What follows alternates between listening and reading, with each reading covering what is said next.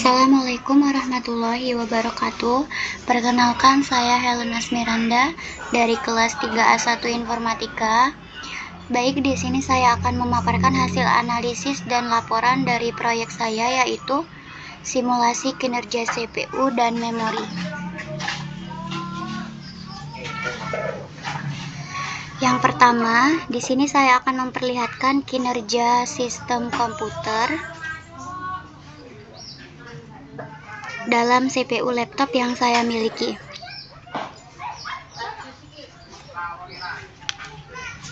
Kebetulan di dalam proyek ini saya menggunakan CPU laptop. Di sini ada kinerja sistem komputer yang saya buka melalui Task Manager, yang di dalamnya terdapat informasi CPU meliputi Intel R Core TM i5 8350U, base speed 1,90 GHz, core-nya 4, threads-nya 8, logical processor, cache-nya L1 cache 256 KB, L2 cache 1 MB, L3 cache 6 MB, utilization beban CPU 7%, bisa disesuaikan untuk simulasi beban kerja 80%. Clock speed saat ini 1,46 GHz.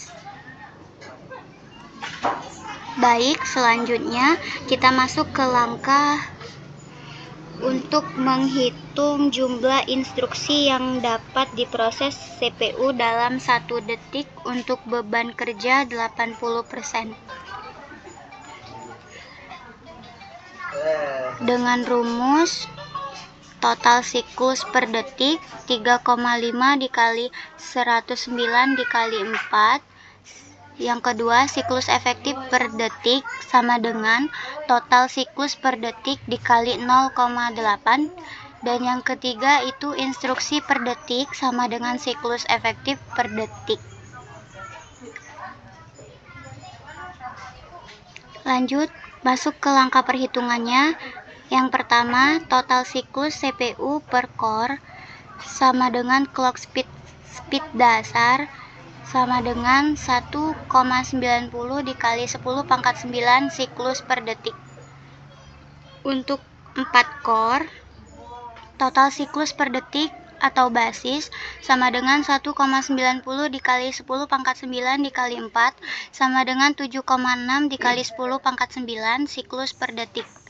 Yang kedua, beban kerja 80% dengan siklus efektif per detik sama dengan 7,6 dikali 10 pangkat 9 dikali 0,8 sama dengan 6,08 dikali 10 pangkat 9 siklus per detik. Yang ketiga, instruksi per siklus atau IPC dengan asumsi CPI sama dengan 1, yaitu instruksi per detik sama dengan siklus efektif per detik sama dengan 6,08 dikali 10 pangkat 9 instruksi per detik. Jadi, CPU dapat memproses 6,8 miliar instruksi per detik pada kondisi beban kerja 80%.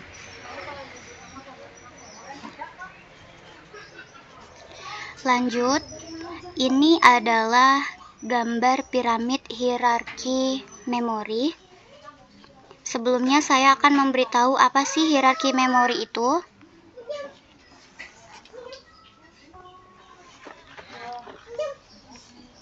Hierarki memori adalah urutan prioritas dalam penggunaan sumber memori komputer.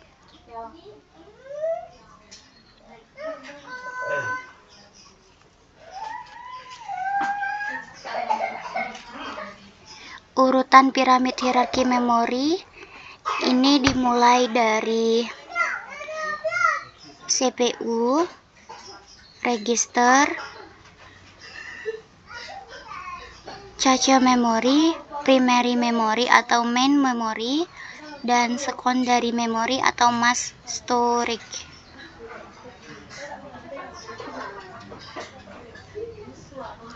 Baik, di sini cache memori berdasarkan CPU yang saya miliki itu adalah L1 cache 256 KB, L2 cache 1 MB, L3 cache 6 MB.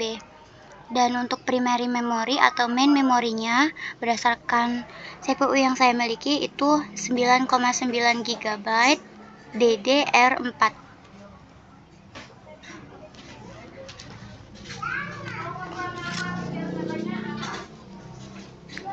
Selanjutnya, dalam hierarki memori sistem itu terdapat level-level memori, yaitu register, L1 cache, L2 cache, L3 cache, RAM, dan storage. Baik, saya akan jelaskan satu persatu fungsi-fungsi dari masing-masing level. Yang pertama itu ada register.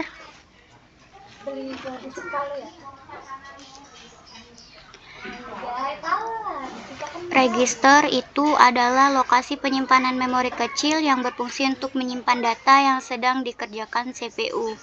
Register memiliki kecepatan akses yang tinggi atau dengan kecepatan paling cepat, dengan kapasitas paling kecil atau byte. Fungsi utama dari register itu yaitu menyimpan data yang sedang dieksekusi oleh CPU.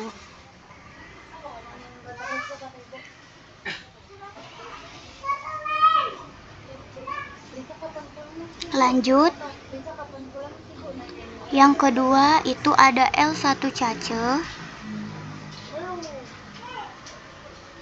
L1 cache ini adalah cache memori yang terintegrasi di dalam prosesor atau CPU dan berfungsi untuk menyimpan data dan instruksi yang sering diakses. Dengan L1 cache itu dengan kecepatan sangat cepat, kapasitasnya berdasarkan CPU yang saya miliki itu memiliki kecepatan sangat cepat dengan kapasitas kecil yaitu 256 KB. Fungsi dari L1 cache itu data atau instruksi yang paling sering digunakan, atau dengan kata lain untuk menyimpan data dan instruksi yang sering diakses. Yang ketiga itu ada L2 cache. L2 cache itu adalah jenis cache memori yang berfungsi menyimpan data yang kurang sering diakses namun lebih besar daripada cache L1. L2 cache berada di dekat prosesor atau CPU tetapi terpisah dari CPU utama. Di sini L2 cache itu dengan kecepatan cepat dengan kapasitas sedang yaitu 1 MB. Fungsi utamanya yaitu data atau instruksi yang tidak cukup di L1.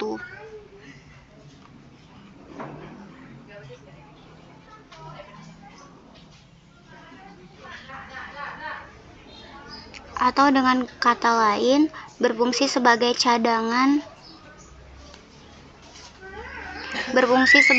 cadangan ketika data atau instruksi yang dibutuhkan tidak ditemukan di L1 cache. Lanjut, selanjutnya itu ada L3 cache. L3 cache itu adalah level 3 cache memori yang merupakan bagian dari hierarki memori cache pada CPU. L3 cache merupakan level cache terbesar dan paling lambat dengan kapasitas sekitar 1 MB hingga 8 MB.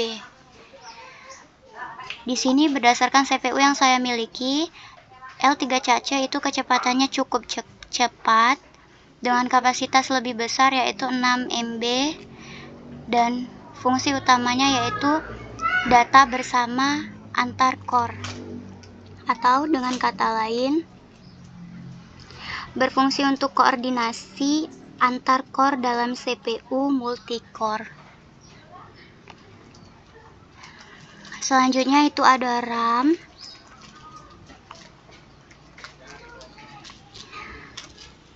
RAM di sini atau Random Access Memory adalah memori jangka pendek yang digunakan untuk menyimpan data sementara pada perangkat elektronik seperti komputer, laptop, dan smartphone. Berdasarkan CPU yang saya miliki, RAM di sini dengan kecepatan relatif cepat, kapasitas besar, yaitu 7,9 GB. Fungsi utamanya yaitu untuk menyimpan data aplikasi yang sedang berjalan.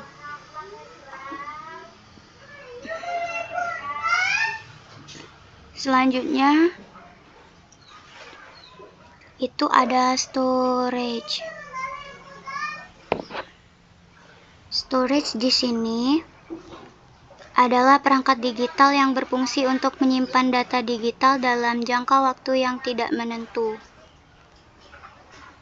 dengan kecepatan paling lambat, kapasitas paling besar TB atau gigabyte, dengan fungsi utama yaitu untuk menyimpan data jangka panjang secara permanen.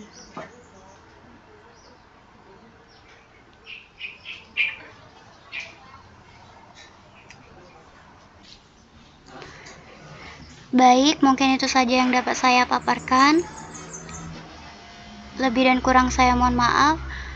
Assalamualaikum warahmatullahi wabarakatuh.